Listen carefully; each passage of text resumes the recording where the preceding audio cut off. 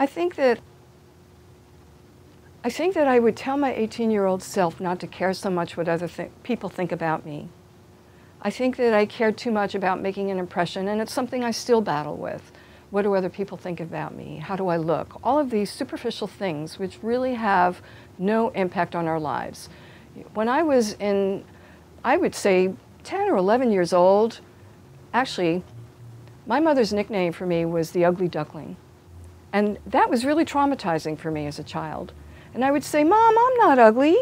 And she would say, well, you're going to grow up to be a beautiful swan. But for me, I always saw the ugliness.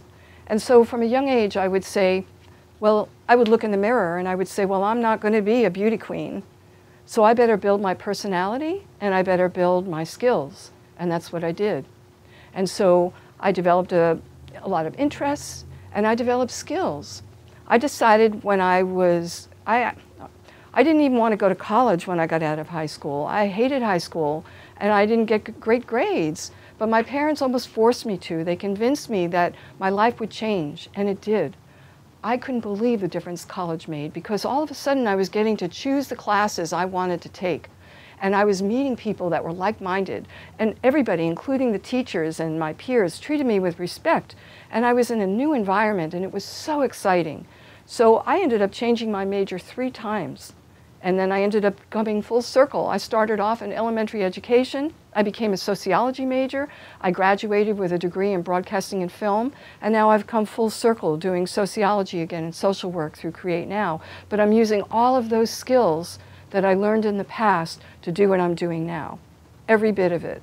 And the other thing I did was I wanted to set myself apart. I said, if I want to break into the film industry or do anything different, I have to be unique. And I want to learn languages, especially living in a diverse community with a lot of people speaking other languages. So when I was in college, I worked 2 jobs while I took classes, and then I traveled and I learned Spanish.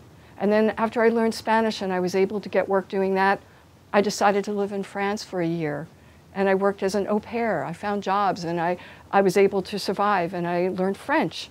And later I was able to learn Italian. And so now I have all of these skills behind me, and it's made me an international entrepreneur. And I've been invited on global exchange programs. I'm giving presentations to international diplomats through the US State Department. That's not because of my language skills, but the experiences that I've had by being in those countries and meeting foreign people has opened up so many doors to me. Thank you for watching A Wise Way. Subscribe to stay updated, share to pass the knowledge, or view our other videos on the left.